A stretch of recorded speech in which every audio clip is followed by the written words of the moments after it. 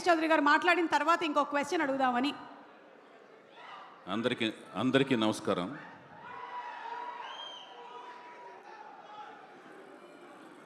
ఈ వేదిక మీద నేను ఉన్నందుకు నాకు గర్వంగా ఫీల్ అవుతున్నాను. ముందు ముఖ్యంగా ఎందరో మహానుభావులు, అందరికీ వందనాలు. అందరికంటే ముఖ్యంగా ముందు అభిమానులందరినీ చూస్తుంటే నాకు చాలా ఆనందంగా ఉంది. మీలో ఈ ఎనర్జీ మీకు మెగాస్టార్ చిరంజీవి గారు, పవర్ స్టార్ పవన్ కళ్యాణ్ గారు ఇచ్చారు. ఆ ఎనర్జీనే నాకు లెజెండరీ నందమూరి తారక రామారావు గారు నాకు ఇచ్చారు. అందుకనే నేను సినిమా రంగానికి వచ్చాను, దర్శకుడిని అయ్యాను, నిర్మాతనయ్యాను. మన సాయి ధరమ్ తేజ్ని పరిచయం చేసే అవకాశం నాకు వచ్చింది. వచ్చినప్పుడు సాయి ధరమ్ తేజ్ని ఒకటే అడిగాను, నువ్వెందుకు నటుడు అవ్వాలనుకుంటున్నావు అని అడిగాను. మనోడు చాలా చిలిపి సరదా మనిషి అనమాట. సాయి ధరమ్ తేజ్ చాలా చిలిపి అనమాట. అంటే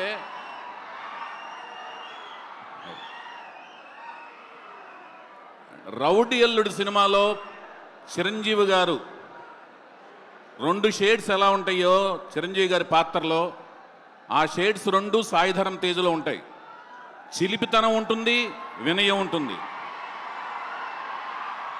సాయి ధరమ్ తేజ్ని నేను అడిగాను, నువ్వు హీరో ఎందుకు అవ్వాలనుకుంటున్నావు అంటే, నేను డాక్టర్ అవ్వాలనుకున్నాను, లాయర్ అవ్వాలనుకున్నాను, అలాగే ఇంజనీర్ అవ్వాలనుకున్నాను, కానీ ఇవన్నీ ఒక జీవితంలో అవ్వలేను కాబట్టి ఇవన్నీ కలిపితే ఒక హీరో అయితే ఇవన్నీ పాత్రలు నేను ఈజీగా పోషించవచ్చు కదా అని చెప్పాడు. ఆ సమాధానం చూసి నేను షాక్ అయ్యాను.